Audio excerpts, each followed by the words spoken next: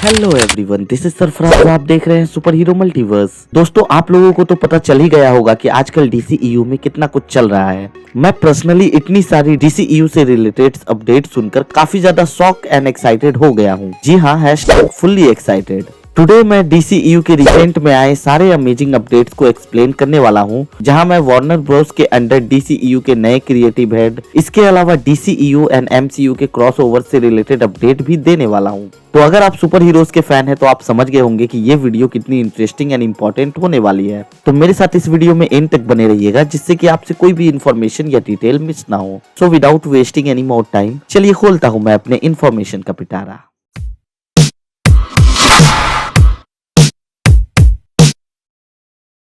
दोस्तों, Warner Bros and discovery के नए सीईओ डेविड जैसलव के डीसीईयू के 10 इयर्स के प्लान के बारे में जानने के बाद ही हम ये समझ गए थे कि डीसीईयू को लेकर कुछ बड़ा प्लान किया जा रहा है। जिसके बाद ऑफिशियली ये अनाउंसमेंट सुनने को मिली थी कि अब अगले 10 साल में डीसीईयू को रीसेट कर दिया जाएगा एंड ठीक एमसीयू की तरह ये भी 10 इयर्स के डिफरेंस फेसेस में डीसीईयू को आगे लेकर जाने वाले हैं। फिर डीसीईयू में बैटगर्ल मूवी को कैंसिल कर दिया गया। फिर हेनरी कैविल के सुपरमैन के कैरेक्टर के रिटर्न आने की न्यूज आने लगी, जो कि अब सच भी हो चुका है, क्योंकि डीसीईयू के recent release black Adam movie में हेनरी कैविल का सुपरमैन देखने को मिला है। जिसके बाद मैन ऑफ स्टील 2 मूवी की न्यूज आने लगी, जिसके बारे में मैंने अपने एक वीडियो में डिटेल में एक्सप्लेन किया है। अगर आप उस वीडियो को देखना चाहते हैं तो लिंक ऊपर आई बटन पर फ्लैश हो रहा होगा, आप वहां से देख सकते हैं। रिसेंटली रिलीज डीसीईयू की ब्लैक एडम मूवी कितनी ज्यादा सक्सेसफुल हुई है, ये मुझे आपको बताने की जरूरत नहीं है। जिसके बाद ही डीसीईयू से रिलेटेड काफी ज्यादा अपडेट्स आने लगी, जो अपडेट्स पूरी तरह से ये कंफर्म कर देती है कि जी हाँ, डीसीईयू के रीसेट होने की प्रोसेस बिगिन हो गई है।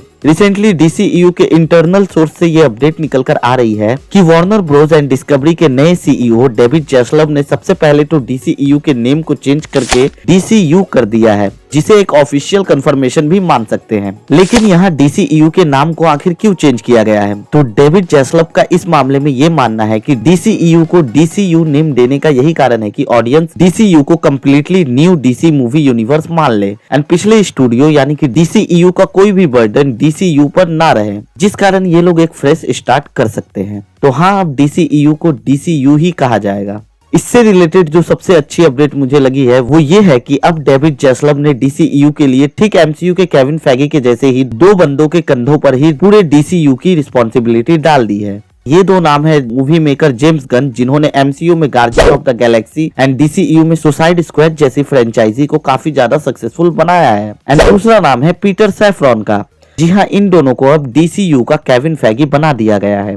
इस डिसीजन पर डेविड जैसलव का ये मानना है कि James Gunn and Peter saffron ऐसे टैलेंट है जिनके विजन में अगर डीसीयू को लेकर चला जाएगा तो डीसीयू एक परफेक्ट सुपर हीरो यूनिवर्स बनकर सामने आएगा अगले 10 सालों में। जैसलव के अकॉर्डिंग डीसीईयू से रिलेटेड सारे क्रिएटिव डिसीजन जेम्स गन लेंगे एंड पीटर सैफरॉन का फोकस कॉन्जरिंग के यूनिवर्स पर होगा एंड इसके अलावा ये डीसीयू के बिजनेस से रिलेटेड चीजें भी देखेंगे, जिस कारण हमें भी जैसलव का ये डिसीजन एक परफेक्ट डिसीजन लग रहा है डीसीयू के यूनिवर्स के लिए। वैसे इस न्यूज से रिलेटेड जितने भी डिटेल्स अपडेट निकल कर आएंगे मैं आपको अपडेट करता रहूंगा, क्योंकि इस यूनिवर्स से रिलेटेड अभी कुछ ज्यादा अपडेट तो निकल कर नहीं आए हैं, लेकिन इतना समझ में आ गया है कि डीसीईयू का यूनिवर्स बिगिन हो गया। क्योंकि इस यूनिवर्स को किस मूवी के साथ बिगिन किया जाएगा ऐसी कोई अपडेट तो अभी तक हमें मिली नहीं है, लेकिन अगर इससे रिलेटेड कोई अपडेट आती है तो मैं डेफिनेटली वीडियो बनाकर आपको अपडेट देने वाला हूँ।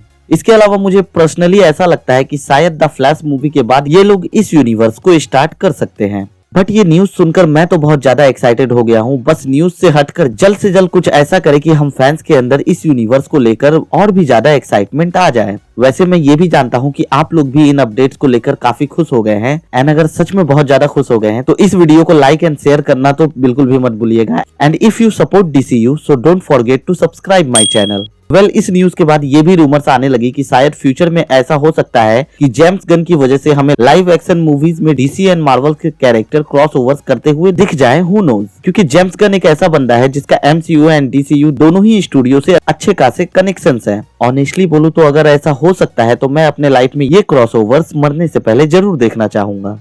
वैसे जिस तरह से फैंस ने ब्लैक एडम मूवी को पसंद किया है, जिसका रिजल्ट ये हुआ है कि डीसीयू वाले मोटिवेट हुए हैं एंड हमें इतने सारे अपडेट जानने को मिले हैं जो कि मैंने एक्सप्लेन कर दिया है।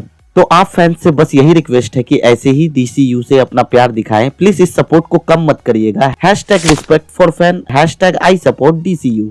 वैसे मैंने DCEU का फ्यूचर कैसा हो सकता है इस पर एक डेडिकेटेड वीडियो बनाया है, अगर देखना चाहते हैं तो लिंक ऊपर आई बटन पर फ्लैश हो रहा होगा, आप वहां से देख सकते हैं।